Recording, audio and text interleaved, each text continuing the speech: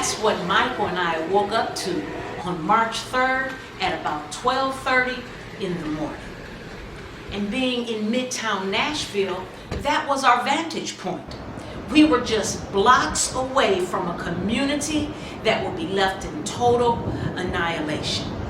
And as the sirens roared and the tornado ripped through the city, we were actually stunned as we listened to hear what the winds could possibly bring. But other than praying, all we could do was to turn on the TV and watch. I want to talk about a witness to the storm.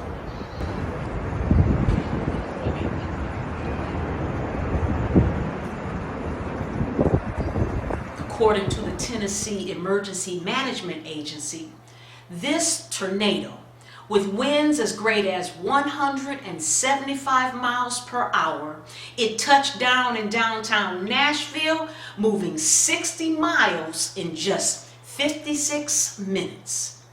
After all was said and done, unfortunately, 25 people lost their lives. And as one witness testified, she listened to the storm and her home become decimated around her. And as she figured she was alive, still all she could do was say, "Jesus, Jesus."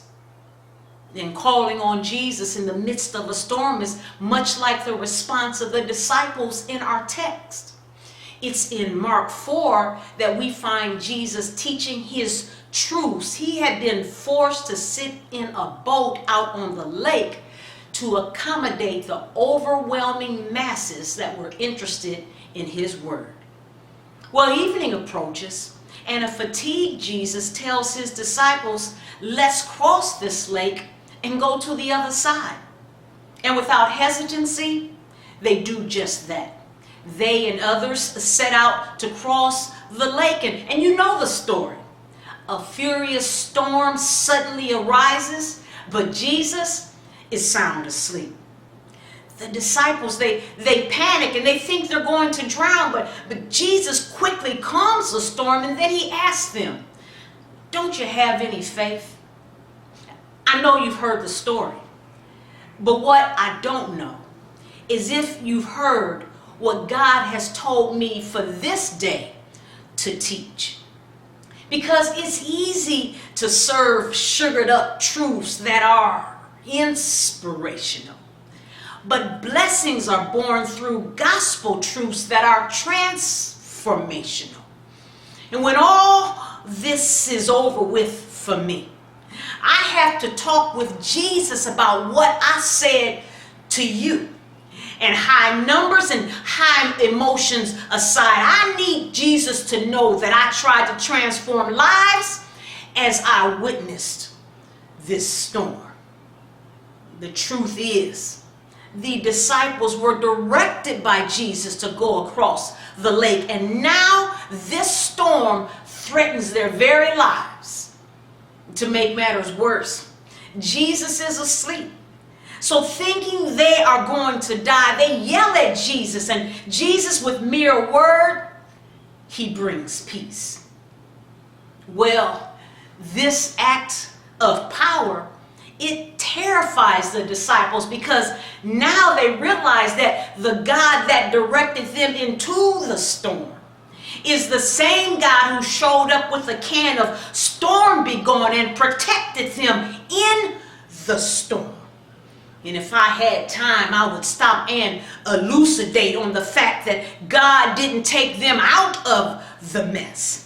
He did the God thing, said, "Peace, be still," and challenged them to rise above the mess. And text me this week and let me know if that little ditty blessed you, because J.C. Riles writes that if we're true Christians, we must not expect everything to be smooth on our journey, and not be surprised if we have to endure sicknesses, losses, bereavements, and disappointments, just like other men. And I know it hurts. I hear it in your voice, and I see it in your eyes. And even as I promise you that the hurt will get better, I wish I could, but I can't tell you that the hurt will go away. Like it or not, following Jesus means we'll find ourselves in the storm. They were following Jesus, but now they're indignant because Jesus is asleep while they're dealing with the storm. But look, this lake was widely known to all to have pop-up storms, and more than that, these disciples were experienced shoremen. So the fact that they witnessed an all-knowing God choosing not to lose any sleep over a predictable storm is something the disciples should not have been yelling about. It's something they should have been learning about. You know, I'm going to stop right there. See, not every storm should keep us up every time we have to pass through. At some point, we have to be able to anticipate the drama in front of us because of all the drama that's behind us. Remember who we are and whose we are, and make somebody angry because after all is said and done, we do our hair toss, check our nails, and sleep through the storm. See, with all God promised, J.C. Ryle writes that he's never promised that we'll have no affliction. He loves us too much to promise that, because it's by affliction, Ryle continues, that Jesus teaches us precious lessons that without it, we would never learn. And all that is just a theological way of saying that it's during the days of wounds and hurtful words and nights of hospital visits and homegoings is then that we learn. The question we must ask ourselves is if what we learn is what God is trying to teach. See, we cannot live according to truths that we haven't allowed our hearts to comprehend. In 4:33, Mark says Jesus taught them only as much as they could comprehend. But when he was alone with the disciples, he explained everything. So it doesn't surprise me how some can listen to the word of God, but only understand enough to hear the opinion of self and to apply God's word such that it's only self-serving. But look, life is too short for us to try to be right instead of us trying to get right, wasting our God-given time and resources with some of this ritualistic tomfoolery and money chasing who murdered John. And I am a witness to this storm. So I find it interesting that the disciples were so afraid that they called Jesus, but then they were afraid because Jesus showed up and then acted like Jesus. And if it were just you and I sipping tea, I'd take a little time to talk about Christians who are not only afraid of the storm,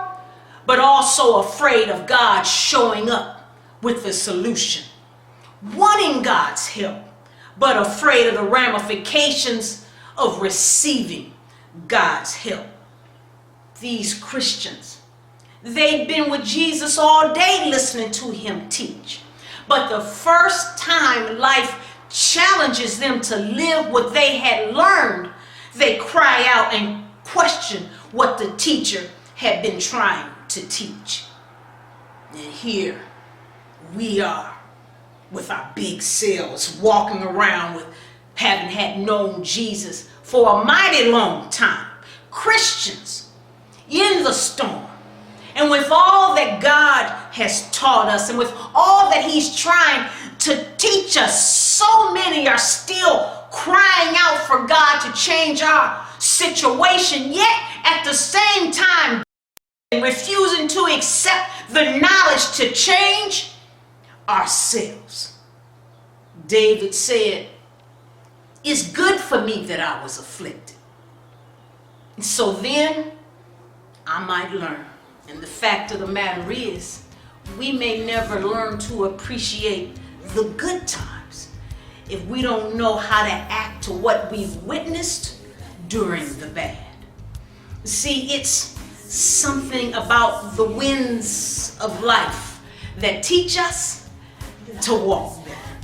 And it's something about the waves of life that teach us to talk better. And then when Jesus shows up and says, "Peace, be still," if only we accept the lesson, it makes our heart better. So in all actuality, it's not the storm. It's how we respond to what we witness. God